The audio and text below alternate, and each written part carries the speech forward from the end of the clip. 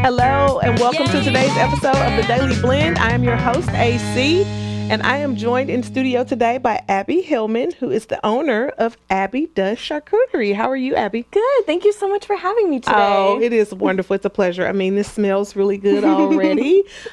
So let's start with what people won't know about you. Let's introduce you. You are a student at Mizzou. I am, yes. I am going to be a junior this upcoming year. Uh-huh. And what are you studying? Architectural studies. Okay. And I love it so much. Okay, very good. And you're from? I'm from Fort Leonard Fort Leonard Wood. Okay, and you're here. And you have this nifty little business that you started since you've been a student here? Yes. Okay, yes. Tell me, how did this start? So it started in January, officially.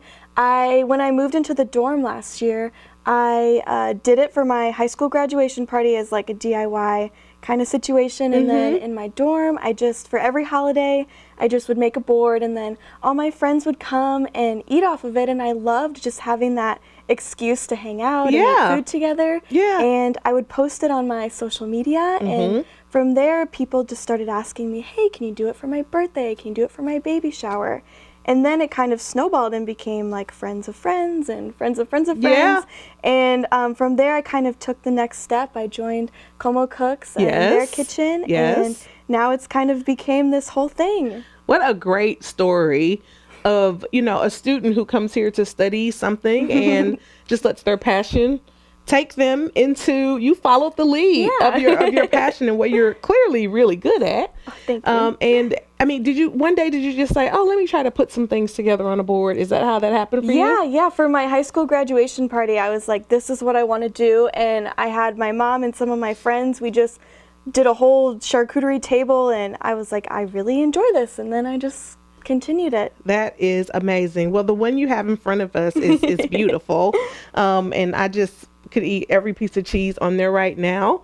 But real quickly, before we keep talking, you are going to teach me how to make the salami rose. Yes. So because that's kind of a big thing you see on the really pretty fancy charcuterie boards. Yes. Okay. Yes. And it's a lot easier than you think it's going to be. I doubt it. And I've left a big hole here in the middle. Okay. And usually it's the first thing I do and then I work around it, but we're reverse engineering it today and we're going to do it first. So if somebody's thinking, okay, I'm going to make a charcuterie board, would you suggest that they start with like the big thing and then work out? Yes. I always start usually with the meat and the cheese and the crackers. And so those are the biggest things. And then I fill in with the fruit. And the last thing I do are the nuts because those kind of fill in all the gaps. Okay, that's very smart. Okay, so how are we making this rose? Okay, so in front of us today I have some salami. Okay. And my little pro tip is that I like to leave mine sitting out for about 20 to 30 minutes before so it gets room temp so that it's a lot more moldable. So that makes sense. I have a shot glass. You have a juice glass. Yeah. You can use a champagne glass. A lot of the tutorials will use wine glasses, but I like the way it looks better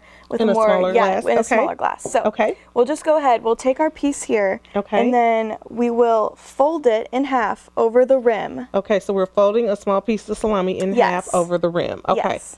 And then we'll take another piece and overlap it and just fold it again around the rim. All right. And we'll just keep going with this. Okay, so we'll keep going around with this. Overlapping. Okay, and for the people who are listening to us instead of watching us, just know that you can always go back and find these video episodes on KBIA, on the website, or on the Como 411 website, or on YouTube. So that you can watch this visually and figure out how we're doing this. But right now we're just overlapping small pieces of salami. And these are about like the size of a dollar coin, like a round dollar coin. These are about the size of those. Okay, so I've got one layer. Yes, and now we just keep going with another layer. I usually do about 3 or 4. Another thing with the slicing, if you go to the deli, if they're too thick, they won't be as malleable. Okay. So you need a pretty thinly sliced piece of salami for sure. Okay. So you'll just keep going around, overlapping it around the rim. Okay.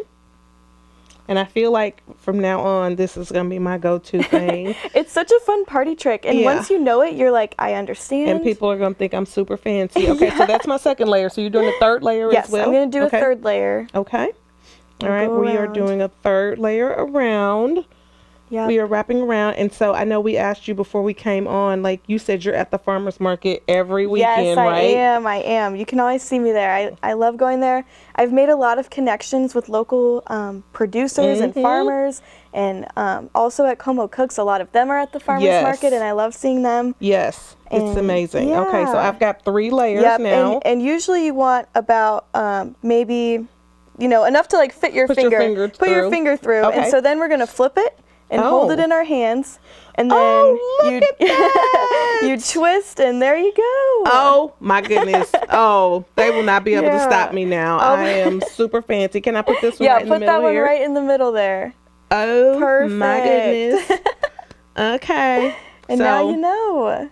So now I am super fancy. Yes. You guys, and I know how to make a salami rose to put in the middle. Oh goodness, well I'll have to eat that in the middle of a charcuterie board. That is so I mean, and it was simple. It was, I know.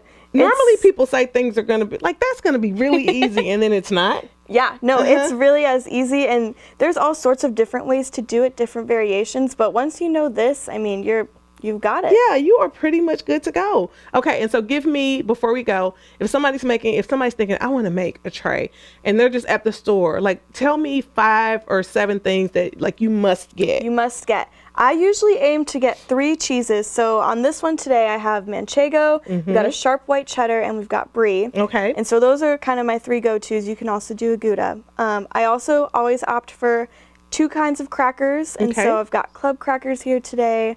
Also, this fig cracker, and then for fruit, I love berries. So we got blackberries, blueberries, strawberries, and then grapes as well. Always. You can do red or green grapes, and then also all different kinds of nuts. So those are pretty much my go-tos. And there's also a little chocolate in there too. Yes, I don't know if you can we got see chocolate almonds. But there's a little chocolate in there, and then you just make this as big or as small as you need it. I love it. Abby, thank you so much for joining us. This is so fun and so amazing to watch a student come here and just start living out their passion for a small business while they're still in school. Thank you. I love everything about it. So congratulations. What an accomplishment. And I'm sure you can look up Como Cooks Kitchen and you can find Abby there. Yes. Thank you for joining us. Thank you.